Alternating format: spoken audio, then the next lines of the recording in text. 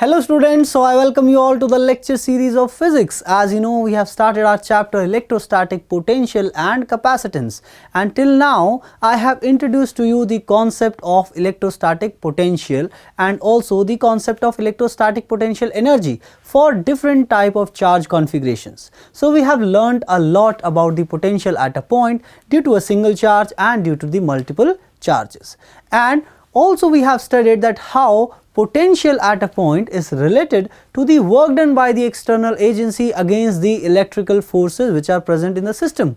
So now it's a time to discuss a very fresh topic, that is the equipotential surfaces. Now in this scenario, as the term suggests, equipotential surface is a surface at which the potential is same. It is not necessary that potential is zero at the surface, but it is necessary that at all the points on the surface the potential is same. Now to understand that, let me take a case over here. So this is the uniform electric field present in certain scenario. Now I have 2 points A and B which are perpendicular to these electric field lines. Now let's suppose I have a charge Q, and if I try to move this charge particle from one point to the another, then tell me, will there be any work done by the charge particle, or will there be any work done by the external force in moving the particle from one place to the another?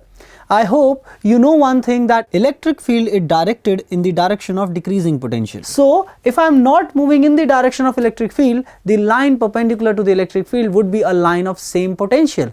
So obviously point A and B are at same potential, and whenever the particle is moving between 2 points having the same potential, the work done by the external forces is zero. So basically the basic analysis of equipotential surface is, now we are going to discuss about different charge configurations and try to figure out, can I make a surface which has potential to be same at all the points. So let's pick our topic, that is the equipotential surfaces.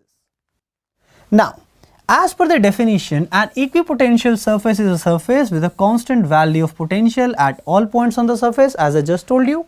For any charge configuration, equipotential surface through a point is perpendicular to the electric field at that point.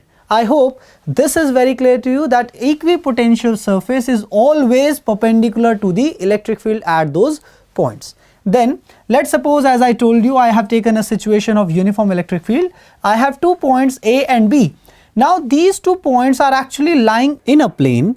That plane is actually xy, because potential at all the points on this plane xy would be same, and that's how this xy plane would be called a equipotential surface. So we can say work done by an electric field while a charge moves on a equipotential surface is zero, as VA is equal to VB. I hope the idea is very clear to you. Now let's see the equipotential surfaces in different scenarios that we have. The first scenario is equipotential surface due to a point charge. Now here I have taken a point charge Q. Now I have taken 2 different surfaces. One is at a radius R1, this is the surface number 1, it has a certain potential V1. Now another surface is having a radius R2, and that is having the potential V2. Now we know one thing, that whenever we have a single charge, the potential surfaces, the potential equation is actually spherically symmetric. So what we can write over here, equipotential surface due to a point charge are concentric spheres with the charge at the common center. Because we know one thing, that if I talk about the potential of the surface 1, it would be obviously kq by r1. We know one thing. Now what would be the potential for the surface 2, that is a spherical surface? Potential at surface 2 is kq by r2. Now we have the potential for both the surfaces. So we can say at every point on the sphere of radius r1, potential is same, that is V1. Same thing applies to the surface 2, that all the points of the sphere has the same potential V2, which is given by kq by r2 expression. Now in some questions it is being asked that you are given two equipotential surfaces like 1 and 2.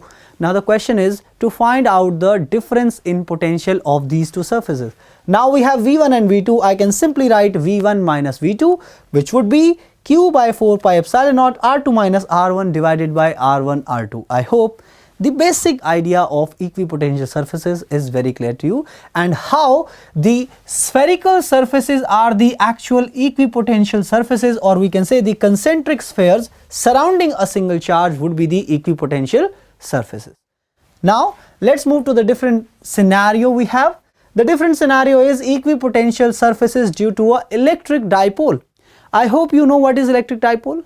Electric dipole is consisting of two charges, one a negative charge, the another is positive charge of same magnitude, and they are being separated by a certain distance. So now let's suppose I have the x, y, z axis. This is x axis, this is y axis, this is z axis. I have placed an electric dipole such that plus q charge is being present at a distance, let's suppose a comma 0, and minus q charge is being placed at a point, let's suppose minus a comma 0.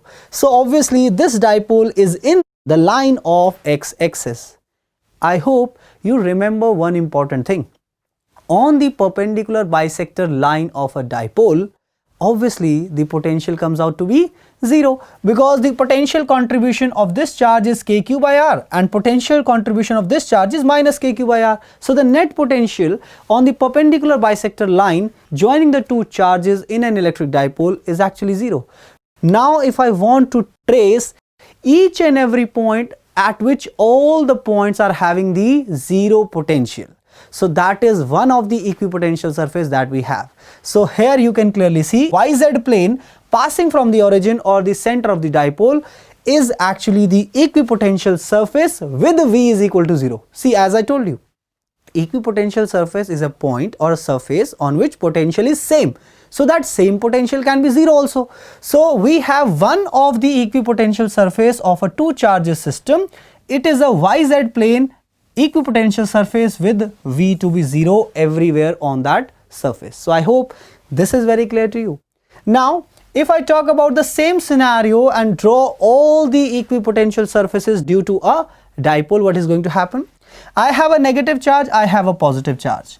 Tell me, for a point charge, what kind of symmetry we have for our equipotential surface? We know there are concentric shells. Imagine this is actually a distorted one, but imagine for a single negative charge, the equipotential surface would be concentric spheres. Similarly, the concentric spheres would be for the positive charge as well. Now tell me one important thing, that if I want to draw the electric field lines over here, so obviously the electric field lines coming from the positive to negative would be somewhat like this. I hope you remember the electric field lines. And we also know one thing, that equipotential surface is also perpendicular to the electric field line. So that's how these surfaces are being drawn, and such that these two equipotential surfaces actually repel each other, because at the midpoint of this dipole the potential would be 0. So there would be our equipotential surface over here and rest would be somewhat like this. That's how we are going to draw the equipotential surfaces for a electric dipole. I hope this idea is very clear to you. Now let's move to the different case. Now the next case is equipotential surface due to two identical positive charges. Now both the charges are positive. Here you can see the similar thing. This is the positive charge, this is the positive charge. Now what is going to happen? Tell me.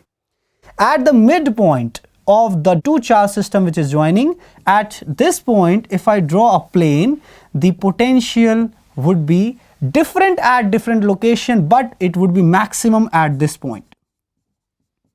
I hope this is very clear to you. So ultimately this kind of surface that we have drawn over here, these are the equipotential surfaces in case of two identical positive charge separated by a certain distance. I hope the basic idea of equipotential surfaces is very clear to you. Now let's move to the next case that we need to learn over here.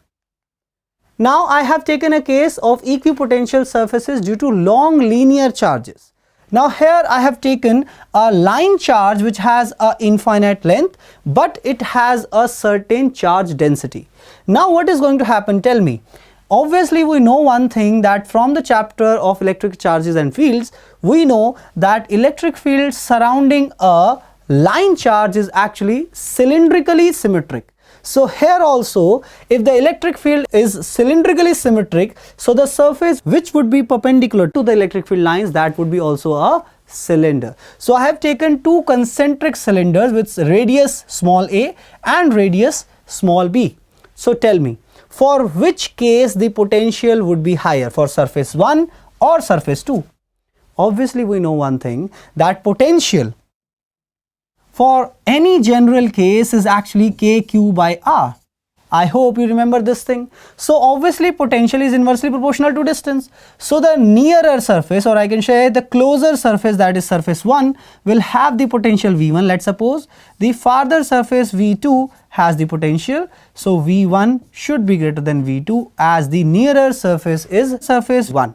So basically we can say from the charge configurations, if we draw multiple equipotential surfaces, the surface which is closer to the charge will have a greater potential in the case of positive charges, and that's how we are going to define the equipotential surfaces and their gradient as well. I hope this is very clear to you. So that's all in the segment. In the next segment we are going to analyze this infinitely long linear charge in the terms of mathematics and going to find out the potential difference between these two surfaces.